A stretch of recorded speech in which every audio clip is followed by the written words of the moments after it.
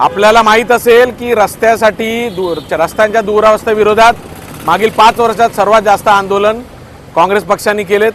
त्यामध्ये डांबर खाते कोण, सिमेंटदान आंदोलन आणि विशेष म्हणजे यावर्षी मे मध्ये म्हणजे पावसाळा चालू व्हायच्या पहिलेच आम्ही आंदोलनाला बसलो होतो की पावसाळ्यामध्ये गणेशोत्सवाचे सण येणार आहेत, नवरात्र येणार आहे, दिवाळी येणार आहे, त्यामुळे पावसाळ्याच्या पहिले खड्डे भरा।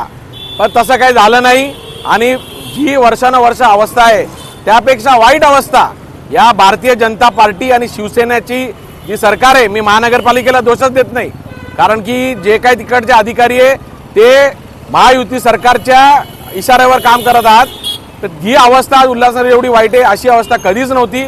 म्हणून शेवटी आज आम्ही आंदोलन न करता आता आम्हाला समजलंय की हे जोपर्यंत ही सरकार आहे, जोपर्यंत महानगरपालिकेत हीच लोकांची सत्ता आहे, इथे काय बदल होणार नाही।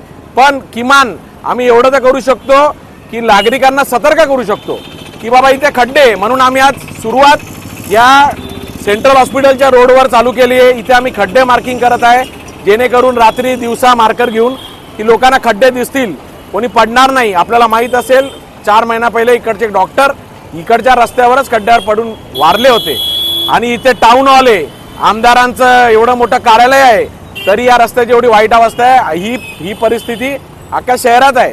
ती जनजागृती आम्ही करत आहे की entire at your on risk, तुम्ही आपल्या जबाबदारीवर या शहरात उतरा। तुमचं काही झालं बरं वाईट ते यासाठी महानगरपालिका जबाबदार राहणार नाही, म्हणून स्वतःची काळजी स्वतः करा, स्वतःची गाड्यांची काळजी स्वतः करा। त्यासाठी लोकांना जागरूक करण्यासाठी आज आम्ही इथे आलेलो आहे। कडू बोल वृत्तवाहिनी, सत्याचा कडवट आवाज।